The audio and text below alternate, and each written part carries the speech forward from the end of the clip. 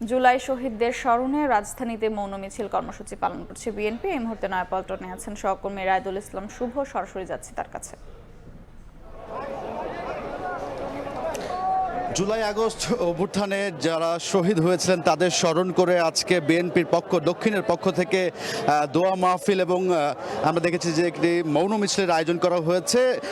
অল্প কিছুক্ষণ আগেই একটি অস্থায়ী সভায় সংক্ষিপ্ত বক্তব্য রেখেছিলেন বিএনপির স্থায়ী কমিটির সদস্য মির্জা আব্বাস এবং তারপরেই কিন্তু নেতাকর্মী যারা আছেন তারা কিন্তু প্রস্তুত হয়েছেন মৌন মিছিলের জন্য। যেহেতু আজকে এই যে বিএনপির যে কর্মসূচিটি পালিত হচ্ছে সেটি মূলত 36 দিন ব্যাপী, কিন্তু তার অংশ হিসাবে আজকে 18 জুলাই সেটি পালিত হচ্ছে।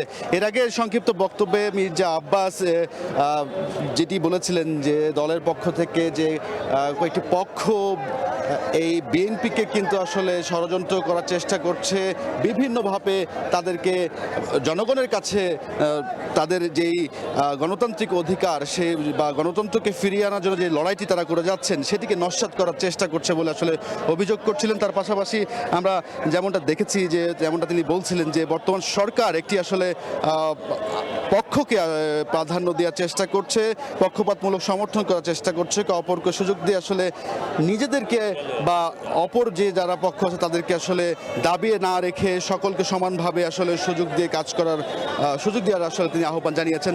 আমরা যেমনটি জানি এই যে মৌন মিছিলটি রয়েছে সেই মৌন মিছিলটি এই নয়াপল্টন কেন্দ্রীয় কার্যালয় থেকে শুরু করে কাকরাইল মোড় হয়ে নাইটেঙ্গেল মোড় হয়ে মালিবাগ হয়ে আবুল হোটেলে গিয়ে শেষ হবার কথা রয়েছে এবং আন্দোলনে যারা আহত হয়েছেন বা যারা নিহত হয়েছেন, যারা আহত হয়েছেন তাদেরকে আসলে সুচিকিৎসার জন্য বা সুচিকিৎসার ব্যবস্থা যেন করা হয় সে বিষয়টি কিন্তু এই বক্তব্যে বা তাদের স্লোগানে আসলে ফিরে আসলে মৌন মিছিলটি মূলত আসলে বারবার করে আসলে নেতাকর্মীদেরকে বলা হয়েছে যে কোনো কথা ছাড়াই আসলে এই মিছিলটি একেবারে তারা পরিচালিত করবেন এবং সুশৃঙ্খলভাবে সামনের দিকে যেন এগিয়ে নিয়ে যেতে পারেন সেইটি হচ্ছে কথা বারবার করে আসলে কেন্দ্রীয় নেতাদের কাছ থেকে বলা হচ্ছিল। তো সব কিছু মিলিয়ে বিএনপির কেন্দ্রীয় কার্যালয় নয়াপল্টন থেকে এই ছিল আমার কাছে সবশেষ।